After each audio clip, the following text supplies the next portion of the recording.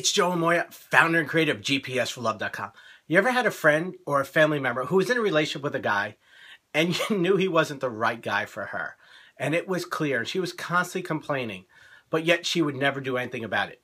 Or were you ever that person? You were in a relationship and you knew you weren't getting the love, the honor, and respect you desired and deserved, but you couldn't leave. You would come up with all the reasons as to why it wasn't what everybody thought it was.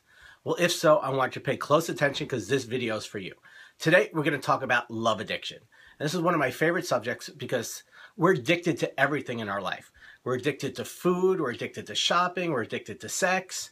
You know, the way our brains work is there's literally an emotional addiction to just about everything in our life. And that's why it's so hard to break. Because the love addiction is exactly what it sounds like. It's an addiction to love.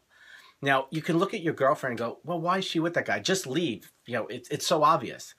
Well, the reason why she can't leave is because on some level that relationship is working with her. And that's the hook. That's the fix, is that these unhealthy relationships are meeting emotional needs. And so when you're in a relationship with someone and it's obvious on a logical level that it's not working, the reason why you can't leave or have such a difficult time leaving is because it's meeting emotional needs for you. So what you have to learn to do is how to get those same needs met in better, healthier ways.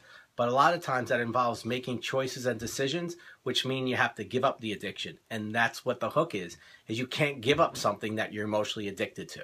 So here are 3 signs that will help you realize if you're in an emotionally addictive relationship. So the first one is that there's an intense level of chemistry and attraction. You know, I hear it all the time, is that, you know, the chemistry is amazing, the sex is amazing, you know, I'm so attracted to him, I've never felt this way before. Well, that's a telltale sign that you're addicted to him and you're addicted to relationship. You know, the second one is that you can't leave, that you try to leave, you want to leave, but no matter what happens, you just can't find the courage to do it. Or if you do it, you know, he calls you up or he sends you a text and you go running back. So that's the second sign.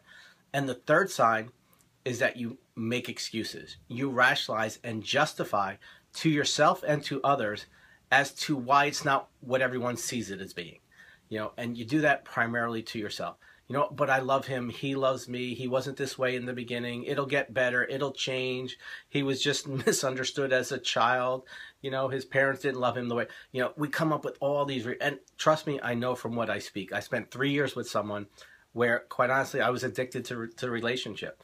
You know, I was telling myself all the reasons, all the excuses as to why it would change, how it would get better, and she was feeding into my addiction by telling me what I wanted to hear. No matter that my reality was telling me something completely different, my heart and my mind were telling me, nope, you got to stay. And so I continued to stay for 3 years and continued to try and make it work.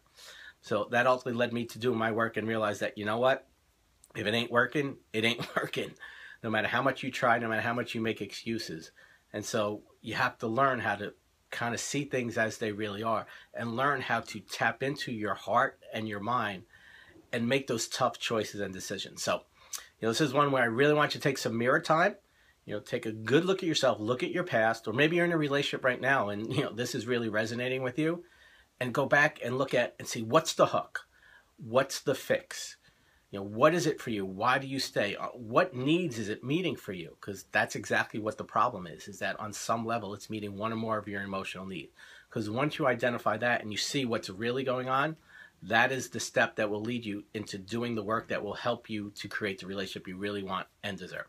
So as always, privileged being with you. I'd love to hear what comes up for you. Please leave your question, comments, and concerns in the box below. I'll see you next time. Much love.